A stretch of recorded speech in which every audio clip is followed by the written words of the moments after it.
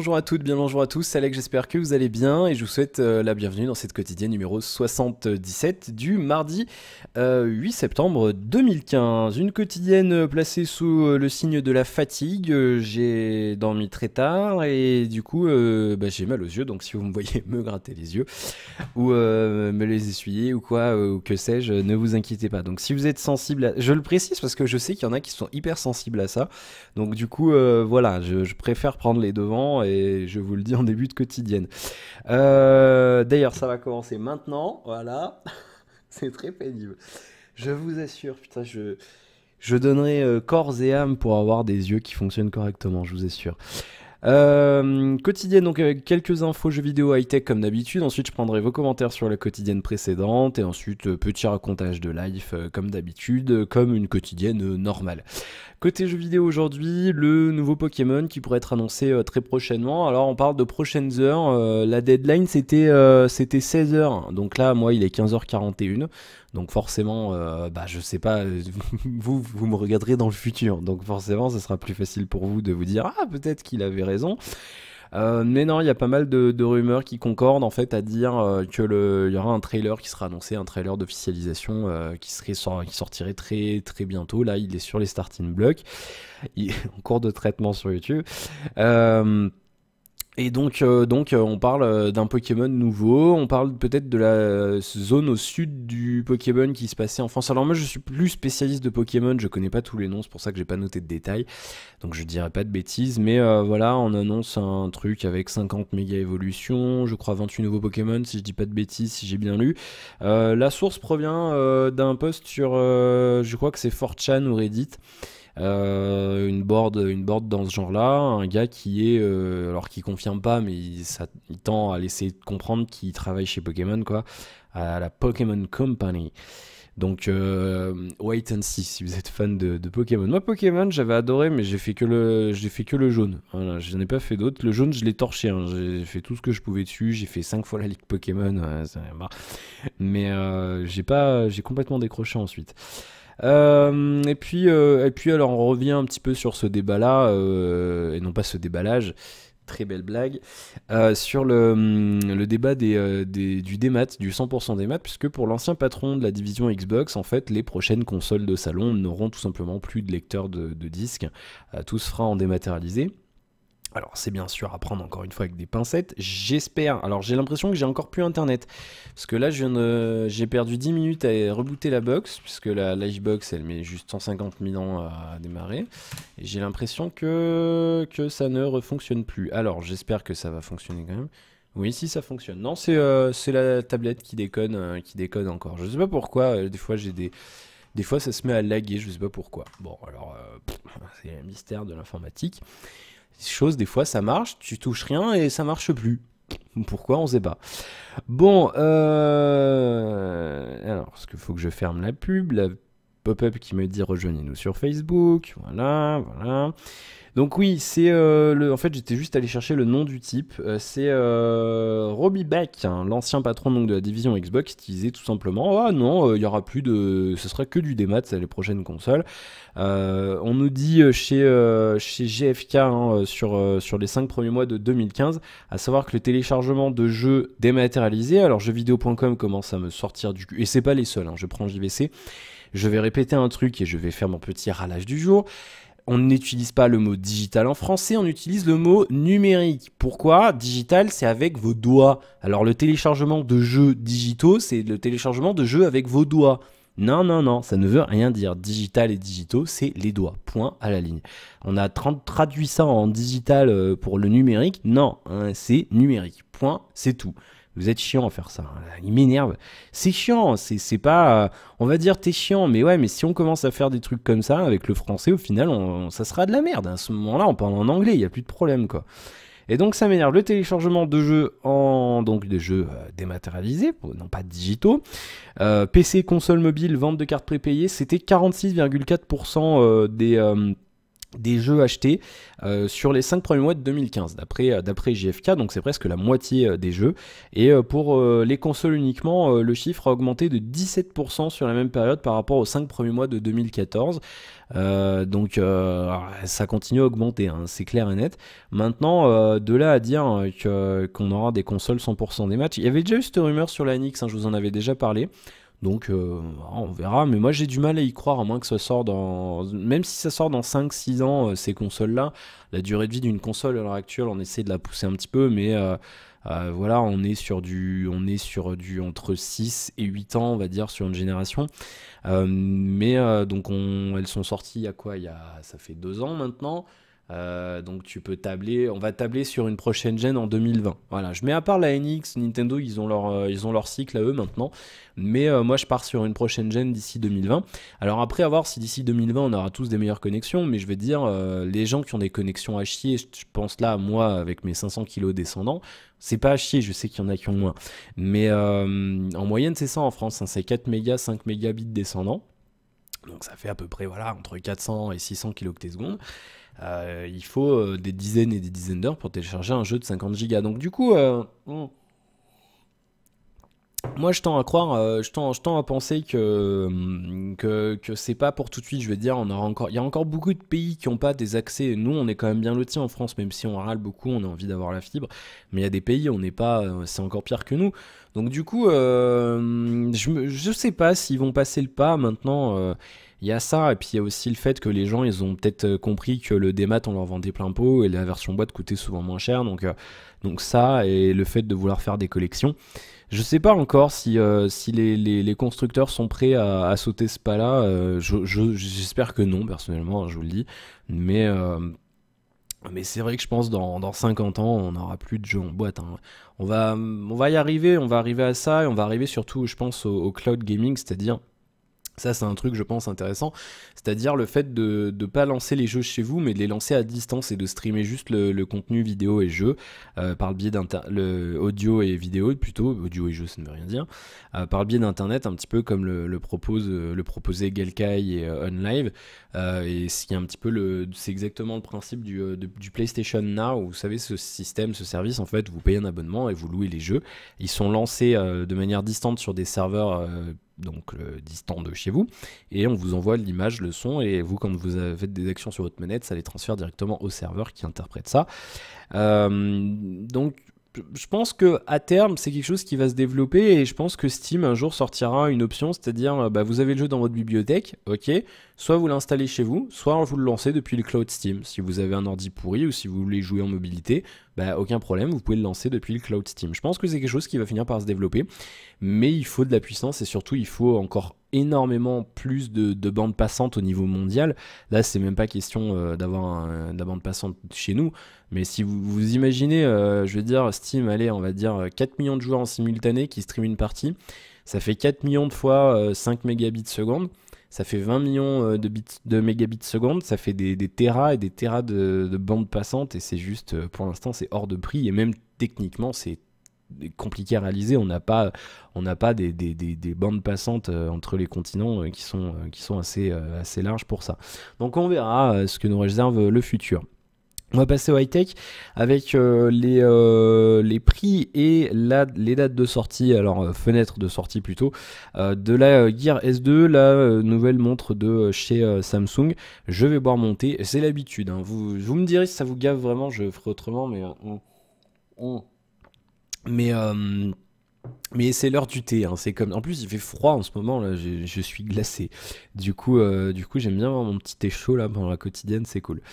Du coup, oui, les petites informations, c'est en fait des révélations de Samsung Allemagne. Alors, on sait que la version de base sera vendue 379 € en Allemagne, mais 349 € sur les autres marchés européens. Alors, je sais pas pourquoi, l'Allemagne, ils ont plus d'argent, c'est un truc qui me dépasse. 349 $ aux États-Unis, ça sortira le mois prochain, en octobre donc. La version classique avec le bracelet en cuir sera vendue, attention là ça douille, 449 € en Allemagne. On n'a pas le tarif sur les autres marchés, alors peut-être peut-être 30 euros de moins, hein. Alors, ou 50, hein, on va rêver un petit peu, allez, 50 euros. Allez, 399 euros en France. Non, j'aimerais bien, mais bon, faut pas rêver, je pense. Et sortira donc le mois prochain également. Par contre, on ne connaît pas le tarif de la version 3G, hein. Il y a une version dans laquelle on peut glisser une carte SIM, elle permettra de prendre des appels de manière autonome. D'après Samsung France, Samsung ne prévoit pas de commercialiser ce modèle en France. Le marketing chez Samsung, on fait des trucs qui ont l'air trop bien, mais on les sort pas partout. Je sais pas. Je comprends pas. Si quelqu'un bosse de près ou de loin chez Samsung et aurait l'aimabilité de me... Je sais pas, autant je reprends l'idée du Z5 de Sony, je comprends tout à fait la démarche marketing, mais là, Samsung, je comprends pas ce que vous faites. J'ai beau avoir fait des cours de marketing, je comprends pas. Ça me dépasse. Mais complètement. Mais je sais pas, vous croyez qu'on n'est pas prêt en France à mettre une carte SIM dans une montre ou à utiliser un stylet ou je sais pas, où on a besoin de 3 Go de RAM au lieu de 4? Non, mais je comprends pas, c'est un truc qui me dépasse. Bon, en tout état de cause, on verra ce que ça donne. Pour moi, c'est trop cher. Pour moi, c'est trop cher, hein, franchement. Une montre, une smartwatch, je mettrai pas plus de 300 euros dedans. Voilà, à l'heure actuelle, alors peut-être plus tard quand j'aurai plus de blé, mais il n'y a pas. Je veux dire, quitte à mettre 500 euros dans une montre, autant acheter une vraie montre et acheter peut-être un bracelet ou un truc qu'on fout dans une poche pour le tracking d'activité. Ça justifie pas autant d'argent, je veux dire, il n'y a pas. Certes, il y a le matériau de fabrication, il y a le cuir, il y a le métal, l'or ou que sais-je. Mais il n'y a pas toute une recherche en horlogerie derrière, je veux dire, vous voyez ce que je veux dire? Il n'y a pas toute une finition, une précision, voilà, une horlogerie suisse, je veux dire, vous prenez une montre suisse, il y a tout un travail, c'est au nanomètre près, quoi, vous voyez ce que je veux dire? La montre, elle est, je veux dire, la précision de l'horlogerie, c'est quelque chose d'impressionnant. Mais là, il n'y a pas, je veux dire, c'est la config des copains, Snapdragon, c'est con cette expression, Snapdragon 400, 512 de RAM, 4 Go de stockage, on fout notre Wi-Fi, notre Bluetooth, on fout ça dans un cadran avec un joli bracelet, on vend ça 500 balles. Non, mais je suis pas d'accord. C'est la même config qu'on a sur une montre qu'on trouve à 100 balles, la LG G-Watch première du nom. Alors à un moment donné, certes, elle est en plastique, hein, carré, c'est moche, mais c'est la même config. Pourquoi vous me vendez ça 4 fois plus cher? Il n'y a pas de... Alors certes, voilà, faut marger, machin. Mais tant qu'il n'y a pas une avancée technologique majeure, je pense encore une fois à l'autonomie, on nous fout la config des copains, 300 mAh ou 400 mAh. On fait 2 jours. Alors là, je mets pas 500 euros dans une montre qui fait 2 jours. 200, 300, ok, mais pas plus. À ce moment-là, autant acheter une vraie montre. Voilà. Bon, après, c'est mon point de vue, hein. Chacun a le sien, bien sûr. Je vais vous parler des Moto 360, justement, donc, je sais plus si je l'ai dit, oui. Qui commence à être référencé à droite à gauche, notamment chez LDLC et Amazon. Pas de date de disponibilité précise. Par contre, on a des prix. Alors c'est les mêmes hein, chez LDLC et Amazon pour l'instant. On a des prix, on a 3 prix pour l'instant. On a la version or rose, donc destinée aux madame 42 mm, donc l'écran cadran 42 mm, donc ça fait 1,37 pouces. Et on est à 330 euros, 329,99. Et puis on a le produit un petit peu en dessous pour les hommes. Enfin, il y a un autre encore plus cher, je vous rassure, on n'est pas au plus cher. On a le modèle à 300 euros, c'est le petit modèle version homme, encore une fois avec le bracelet en cuir, le noir. Alors le modèle pour femme, c'est celui-là. Hop, il est joli hein, quand même, c'est vrai. On a le modèle pour homme ici. Il n'y a que ces trois pour l'instant en précommande, si je puis dire.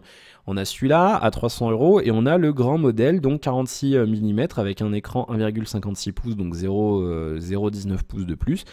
Couleur cognac, ils appellent ça couleur... C'est bon le cognac. À consommer avec modération, bien sûr. Et donc avec un bracelet marron, et là on est quand même à 350 euros, donc... Alors certes, il y a je veux dire, c'est plus grand, il y a le machin, c'est joli, mais est-ce que ça justifie un tel tarif? Quand tu vois que Asus va vendre sa montre à 169 euros, à un moment donné, je sais pas moi, alors certes, elle est pas ronde, mais bon, je reste dubitatif, donc on verra ce que ça donne, vous me direz ce que vous en pensez, est-ce que pour vous c'est des prix intéressants ou pas? Dites-moi si vous êtes tenté par une smartwatch peut-être pour Noël ou... Est-ce que c'est un truc que vous avez prévu d'acheter? Vous me direz ça dans les commentaires. On va parler un petit peu des rumeurs. Que serait une quotidienne sans rumeurs? Ben, je ne sais pas. On va parler un petit peu du MX5 Pro de Meizu. Alors, on a des rumeurs comme quoi il aurait peut-être un écran Force Touch. Ça va être à la mode, la nouveauté.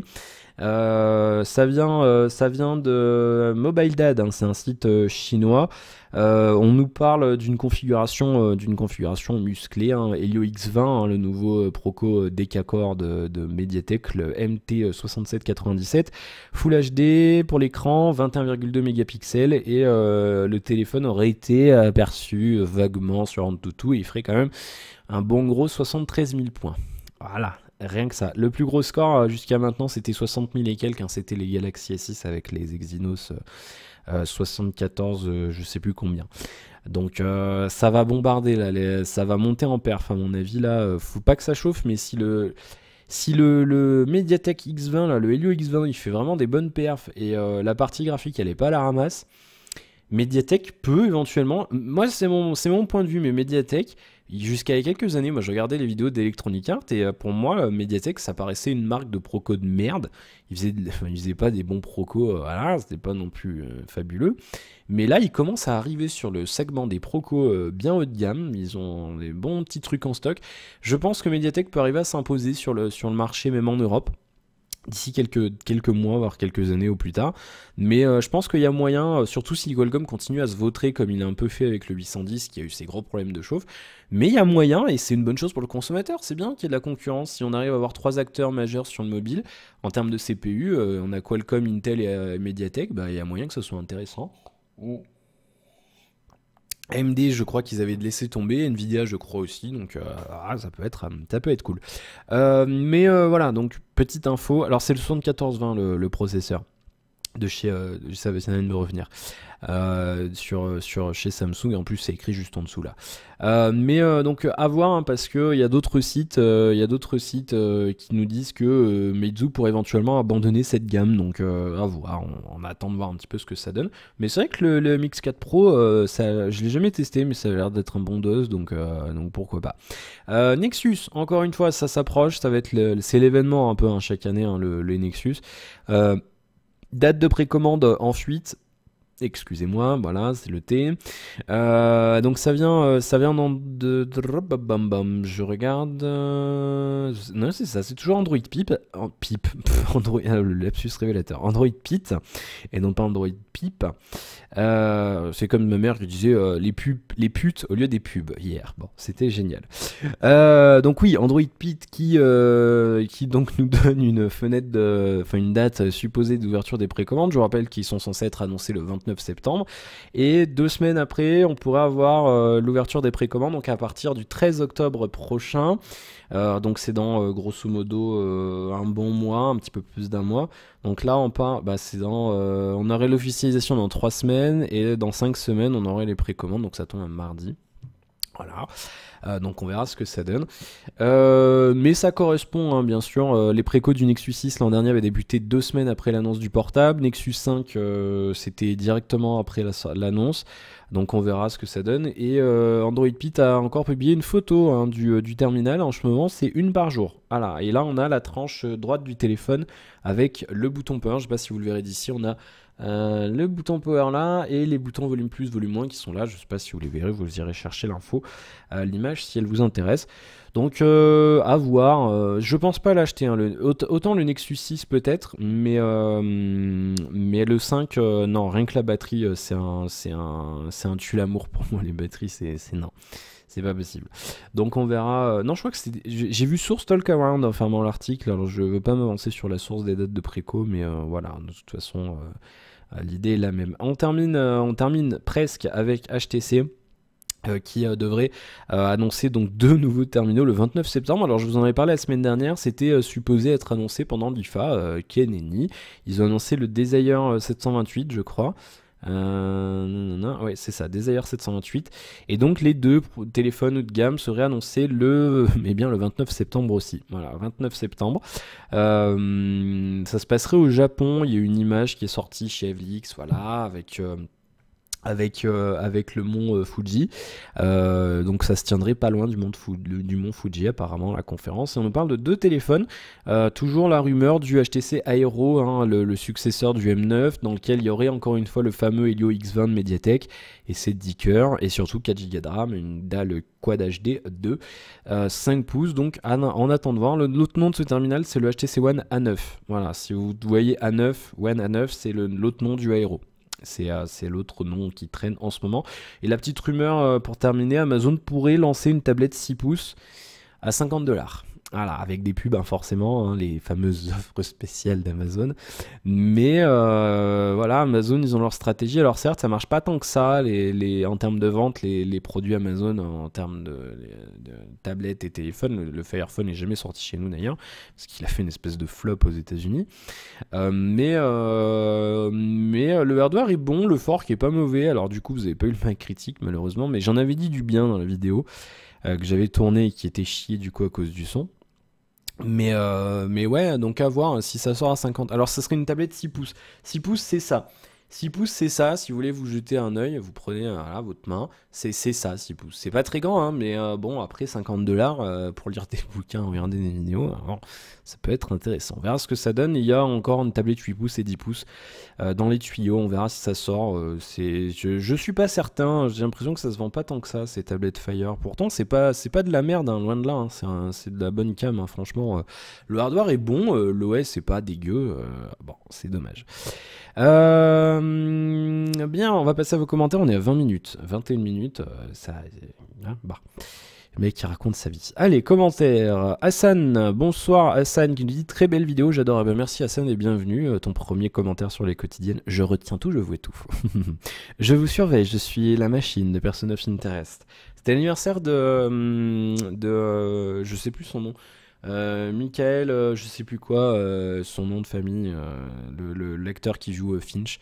Et j'ai découvert d'ailleurs, blague à part, que l'actrice qui joue sa femme, donc la femme de Finch dans Person of Interest, c'est sa vraie femme en vrai à l'acteur. Je savais pas, j'ai découvert ça hier. Et du coup c'est cool, c'est vachement cool. C'est génial, tu fais ton couple dans le truc, mais c'est en vrai aussi, donc c'est cool. Tu t'es obligé de bien faire ton rôle, parce que c'est ton vrai couple. Donc c'est génial. Bon, voilà, ils ont poussé Elvis très loin, ça fait plaisir. Commentaire d'Anthony, bonne quotidienne, désolé pour mon long commentaire, j'ai très mal écrit lol, j'écris vite avec mon smartphone, mais si tu as fait un effort pour me lire lol, aucun problème. Je suis rompu bon, surtout quand c'est pas fait exprès et que c'est pas non plus calamiteux. J'ai lu des trucs pires et j'ai dû faire avec. Crois-moi, des fois, c'était affreux. Mais bon, on fait avec. Pas dans les commandes. C'est pas sur YouTube, hein, c'est avant, dans ce que je faisais avant. Des fois, il y avait des trucs. Alors, putain, moi qui suis. J'adore la langue française, j'adore les trucs bien écrits. Et c'est juste un blasphème odieux pour moi d'écrire aussi mal que certains. Bon, mais la longueur du commentaire c'est pas un problème, hein, Anthony. Pour l'instant on peut se permettre de tous les lire. Alors après on verra comment je ferai. Il faut que je commence à réfléchir parce que c'est vrai que là je commence à faire des longues quotidiennes. À chaque fois je m'en mords les doigts parce que ça me prend 2 heures upload. Mais bon, je vais commencer à réfléchir. Je reste objectif, comme tu dis, utilisant les deux systèmes. Ils sont tous les deux très bien. Mon retour était par rapport au fait que tu as parlé de l'iPhone. J'ai eu la même réflexion que toi le mois dernier et j'ai fini sur un 6 Plus au détriment du Note 5 que j'aurais dû acquérir. Tout ça pour te dire que si tu peux, ça peut être un bon choix d'utiliser les deux OS. Après je suis pas gamer, puis comme énoncé dans mon commentaire précédent, je suis ravi de mon 6 Plus avec un simple dual core, tout comme j'étais satisfait mon Note 3 avec un S800 qui commence à dater. Oui mais ça reste une référence, hein, le S800, hein, franchement c'est un Proco qui tient encore la route, hein, sans problème. Je n'ai pas vu de réelle différence avec le 805 qu'il y avait dans mon Note 4. Après oui je suis juste objectif, je suis pas pro X ou Y, j'ai toujours eu du mal car forcément le jugement est faux. J'ai hâte de voir ton test du Moto X-Play qui doit avoir une autonomie super. Motorola a toujours fait fort en batterie. Alors après, utiliser les deux OS, j'en ai pas l'intérêt déjà parce que à l'heure actuelle j'ai plus de SIM, enfin pour l'instant j'en ai qu'une, je reprendrai peut-être une deuxième plus tard, mais après ouais c'est vrai que la dernière fois que j'ai utilisé iOS à titre personnel c'était sur un iPod Touch et je me suis arrêté à iOS 3. Donc c'est pour vous dire à quel point ça date. Et d'ailleurs ça s'appelait pas encore iOS je crois. Ah si c'est peut-être avec iOS 3 qu'ils ont introduit le nom iOS. Avant c'était iPhone OS, ça s'appelait tout simplement au début. Du coup, ça date. Moi, j'ai connu l'introduction, si tu veux, au début, il n'y avait pas le truc de recherche quand tu slidais, je sais même pas si ça existe encore. J'ai connu l'introduction de ce truc-là sur l'iPod et donc sur l'iPhone aussi. Et donc, du coup, voilà, j'ai connu iOS dans ses débuts, mais ouais, pour te dire, j'ai pas du tout. J'ai complètement décroché l'iPod Touch deuxième gen. C'était le dernier produit Apple que j'ai acheté. C'était en 2008. Donc ça va faire 7 ans cette année. Et j'ai pas encore eu. Bon, à l'époque, j'avais encore un téléphone Nokia sous Symbian, parce que ça marchait encore très bien à l'époque. Et après, donc, je suis passé chez BlackBerry. Après, je suis passé chez BlackBerry, je suis resté quelques temps chez BlackBerry, après j'ai acheté un Nexus 4, et je suis rentré dans le fabuleux monde d'Android et de ses wake lock et de tous ces problèmes. Mais non, mais c'est cool Android, hein. Je dis pas que c'est de la merde après Android. Mais et du coup, je suis jamais retourné sur un iPhone par rapport au fait que l'OS, je trouve, est quand même vachement fermé, vachement plus restrictif qu'Android. Je suis pas un fan de bricolage, machin, je route pas mes téléphones, rien. Mais c'est vrai que j'aime bien pouvoir voilà, mettre un truc en OTG, faire des choses des fois de temps en temps qu'on peut pas forcément faire on a moins de possibilités avec un iPhone. C'est ponctuel, mais c'est vrai qu'un jour je pourrais être amené comment dire, à être bloqué par rapport à ça, et c'est quelque chose qui m'emmerde un petit peu. Je vais finir mon thé. Bon. Voilà, il commençait à être froid de toute façon. Mais après, oui, j'aimerais bien tester iOS. Là, quand on était à Bruxelles, j'ai testé un petit peu l'iPad à Damien. Et c'est vrai que bah, c'est pas un OS dégueu, c'est un OS qui a vachement bien évolué. Maintenant, de là à l'utiliser tous les jours sur un iPhone, je suis pas sûr que ça me plaise. Si tu veux, je suis pas sûr que ça me plaise tout le temps. Donc, il faudrait que j'essaye. Il faudrait que j'essaye. Le problème, c'est que là, tu vois, j'achète un iPhone. En 2 semaines, il faudrait que je sache si je suis décidé ou pas.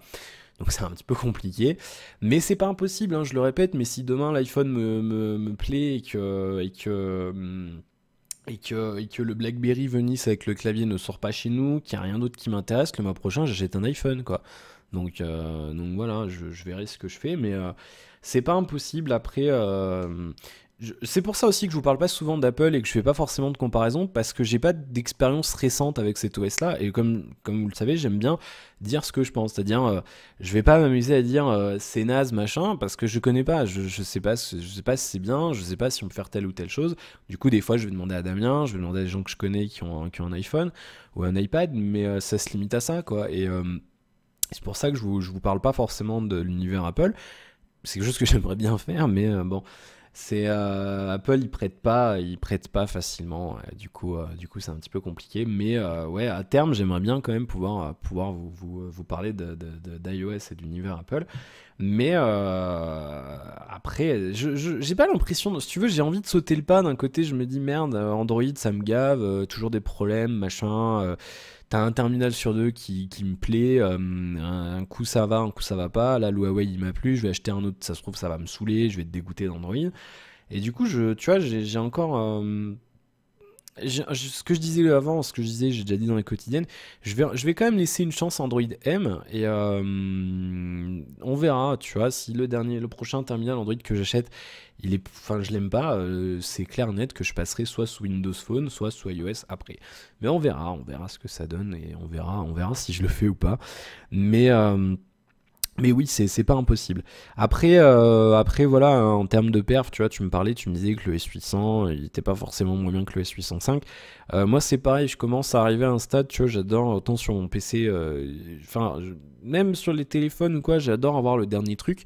Mais, je veux dire, là, avec le Huawei, je fais 45 000 sur AnTuTu, bah, je m'en bats les couilles de pas faire 65 000.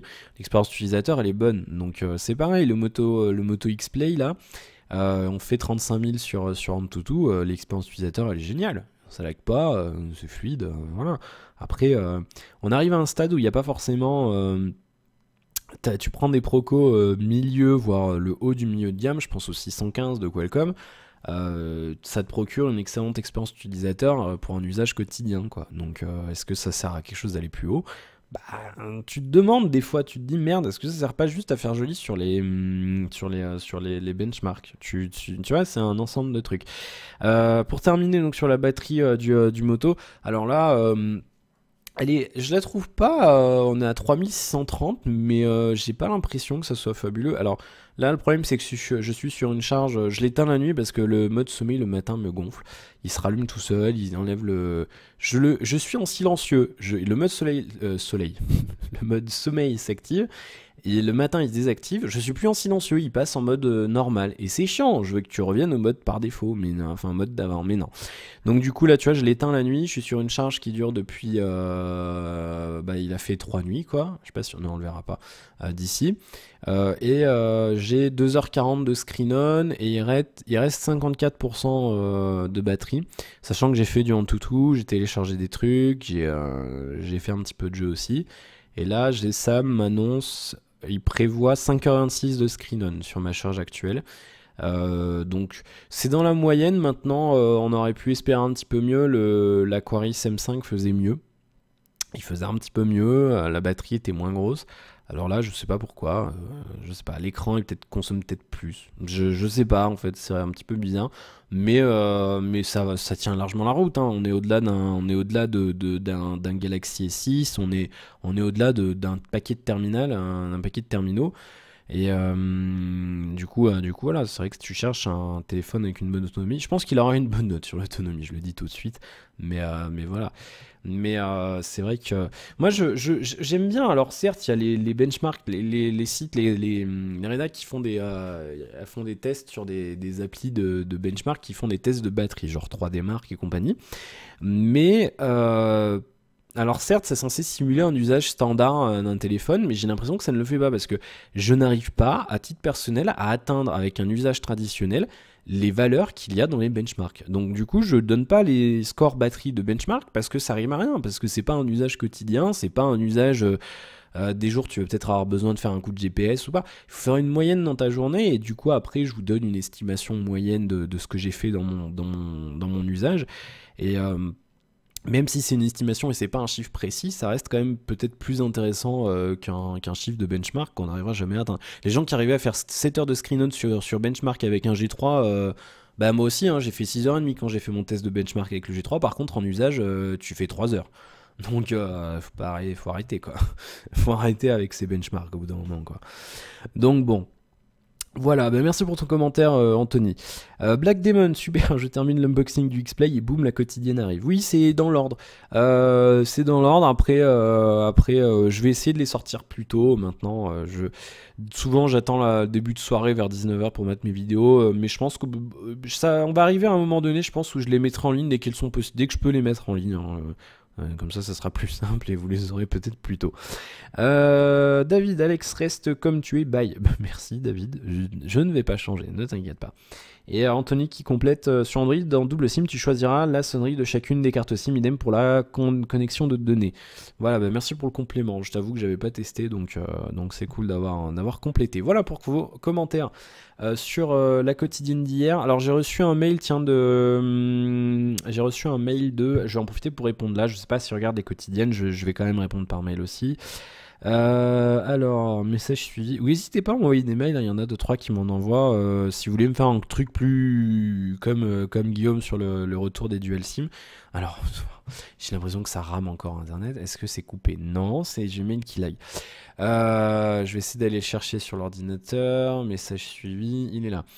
C'est Jérémy qui m'avait envoyé un mail. Et Jérémy qui me dit que c'est cool ce que je fais et tout, bah merci beaucoup déjà. Et merci de t'être abonné. Et tu voulais savoir ce que ça veut dire lier un partenaire avec moi. Alors oui, c'est sur ma page contact. Si vous voulez lier un partenaire avec moi, il faut m'envoyer un mail. Alors c'est plus tout ce qui est marque et compagnie. Après, j'ai mis ça comme ça, mais je veux dire, je vais pas lier un partenariat avec un autre youtubeur ou que sais-je, ou un serveur de jeu, ou je sais pas, après peut-être c'est plus des partenariats en B2B si je puis dire, business to business, c'est-à-dire moi avec une autre entreprise ou quelque chose comme ça, ou après si je fais du jeu avec une boîte qui loue des serveurs de jeu et compagnie, c'est juste ça, voilà. Je te répondrai par mail, je sais pas si tu regardes les quotidiennes Jérémy. Donc je te répondrai par mail. Voilà. Donc oui, n'hésitez pas à m'envoyer un mail aussi, hein, si vous avez... certains l'avaient fait quelques fois déjà, si vous hésitez entre plusieurs terminaux. Si vous avez besoin d'un avis sur un truc ou sur une config PC ou des choses comme ça, alors la config PC, bon, je peux donner mon avis et il n'est pas pourri non plus, mais il y a des gens plus compétents que moi encore. Maintenant, si vous voulez plusieurs avis, n'hésitez pas, hein. Je suis là pour ça, c'est mon boulot à plein temps. Du coup, n'hésitez pas, hein, il n'y a pas de souci, je vous réponds.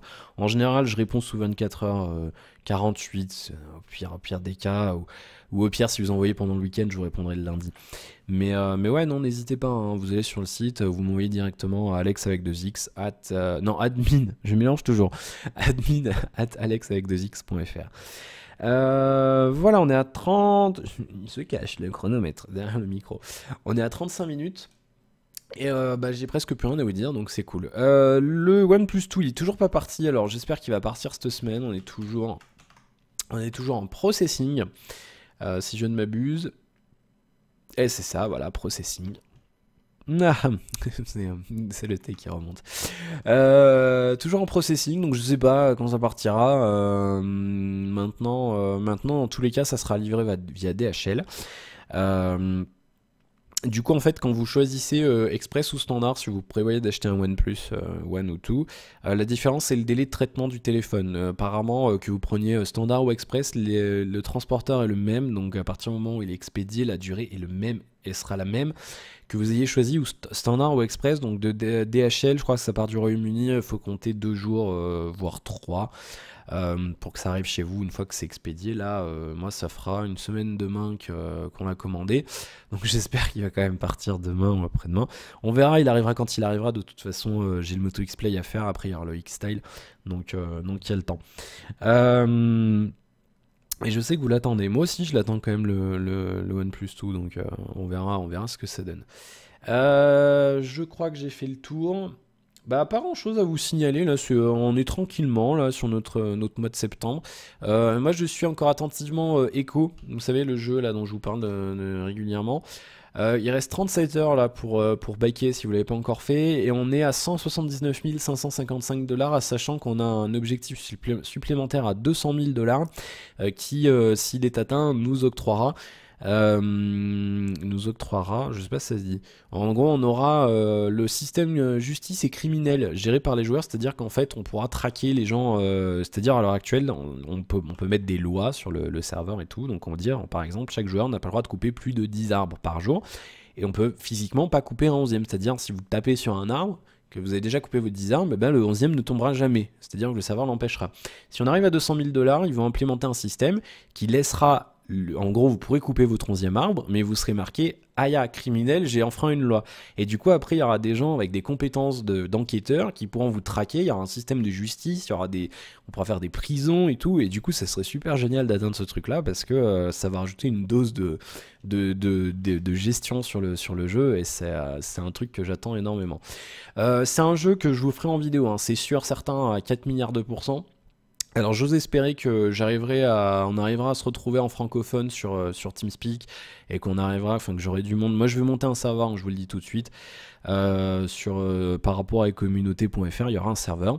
Du coup j'espère qu'on sera plusieurs, on sera une petite quantité de joueurs quand même à jouer dessus, histoire de faire un truc sympa, et j'espère que les gens qui viendront voudront bien que j'enregistre mes parties avec eux pour mettre sur YouTube, comme ça je pourrais vous montrer le mode multi, parce que c'est un jeu qui peut se jouer en solo, mais qui prend tout son intérêt en multi, bien sûr, avec la gestion économique, la politique, les lois, tous ces trucs-là, et la spécialisation des compétences de chacun pour faire plein de trucs.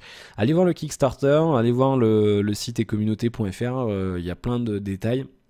Mais c'est un jeu, c'est très franchement, alors oui, on va dire, ouais, c'est comme Minecraft, mais c'est un Minecraft avec une dose de survival, mais un survival global, c'est-à-dire que c'est vous qui vous survivez et le monde doit survivre, parce que le monde peut crever et vous entraîner dans sa perte. C'est-à-dire que si vous polluez comme des porcs le monde, la nourriture elle sera complètement destroy, vous ne pourrez plus manger, vous allez crever, et ça sera à la fin de la partie, bye bye, on recommence. Du coup, ça a tout un aspect de gestion sociale et tout que moi j'adore, et que j'ai énormément hâte de prendre part à ce truc-là. Et du coup, ouais, j'aimerais bien qu'on arrive à 200 000, mais ça risque d'être compliqué en 37 heures de récolter 21 000, 20 500, 20 400 $. Ça risque d'être un petit peu compliqué, 1445 pour être précis. Mais bon, pourquoi pas, après tout voilà. D'ailleurs, il me reste une clé à vendre. J'en ai vendu une déjà, Black Demon d'ailleurs. Et merci à toi. Donc il m'en reste une, je la vends, je sais plus, je crois que j'avais dit 25 €. Oui, c'est ça. Donc si ça vous intéresse, vous me faites un petit coucou et la clé vous sera réservée. Voilà. Voilà. Le premier qui paye, hein, je prends pas les résacs comme ça. Et ça vient en octobre. Il y a plein d'infos sur les forums alpha, les forums de développement. Malheureusement, je peux pas les donner. Il y a une espèce de NDA dessus et c'est dommage parce qu'il y en a énormément. Il y a énormément d'idées qui sont prises en compte. Et là, pour tout vous dire, c'est un jeu. Là, ils ont carrément sorti en fait un palier destructeur des mondes où en fait, si on payait 750 $, on pouvait avoir un espèce de, ils appellent ça un dispositif de fin du monde. En gros, un truc que vous craftez un petit peu sur le dos des autres gens, une espèce de bombe nucléaire. En fait, quand vous l'activez, bah, vous pouvez faire sauter la planète, quoi, comme s'il y avait une météorite qui tombait dessus. Et du coup, en fait, ils ont lancé ça hier soir. Et tout le monde a dit ouais, c'est pas cool, on dirait un pay to win, c'est-à-dire que seuls les riches peuvent faire sauter le truc, c'est un morceau de gameplay important et tout. Et du coup, ils sont arrivés ce matin, ils ont dit bon, ok, on laisse tomber, vous avez très bien, on vous écoute, aucun problème, on fait pas. Voilà, c'est tout. Alors moi, je suis désolé, mais des devs comme ça, ils méritent d'être financés, quoi. Alors, ça écoute la communauté, c'est juste magique. Ça mérite votre argent, je vous assure. Et si c'est le genre de jeu qui vous intéresse, ça mérite vraiment votre argent. Et voilà, et vous pourriez jouer avec moi, mais oui, vous pourriez participer à mes vidéos, ça serait rigolo. Bon, voilà, pas grand chose d'autre à vous dire. Bah, je vous tiendrai au courant, bien sûr, là, le Kickstarter se finit dans la nuit de mercredi à jeudi. Et puis ensuite, dès qu'il y a l'alpha vidéo, voilà, je vous tiendrai au courant des news majeures. Sur ce jeu. J'ai pas grand chose d'autre à vous dire, j'ai pas fait grand chose hier, je me suis couché très tard, mais à 4h du matin. Voilà, et du coup, ça pique, hein. J'ai énormément de mal aujourd'hui. Et puis, mais ça en valait la peine. Ça en valait la peine. Bah voilà, j'ai pas grand chose d'autre à vous dire. J'ai même pas joué à The Witcher, j'ai même pas eu le temps du coup. Alors aujourd'hui, ça risque d'être encore pire. Faut encore que je tourne la vidéo sur l'écran, là, sur la serre. Et du coup, on verra après si j'ai le temps ou pas. Voilà. Bon. Bah écoutez, j'ai plus rien à vous dire, donc je vous souhaite une bonne soirée. Profitez bien de la vie et je vous retrouve demain pour la suite de nos aventures. Ça fait un peu, tu vois, l'aventure. Ah ouais, nouvelles aventures, c'est génial. Je vous retrouve demain pour de nouvelles aventures fabuleuses avec des monstres, des pièces d'or et des catins et plein de choses. C'est The Witcher. Allez, bonne soirée tout le monde, à demain, ciao.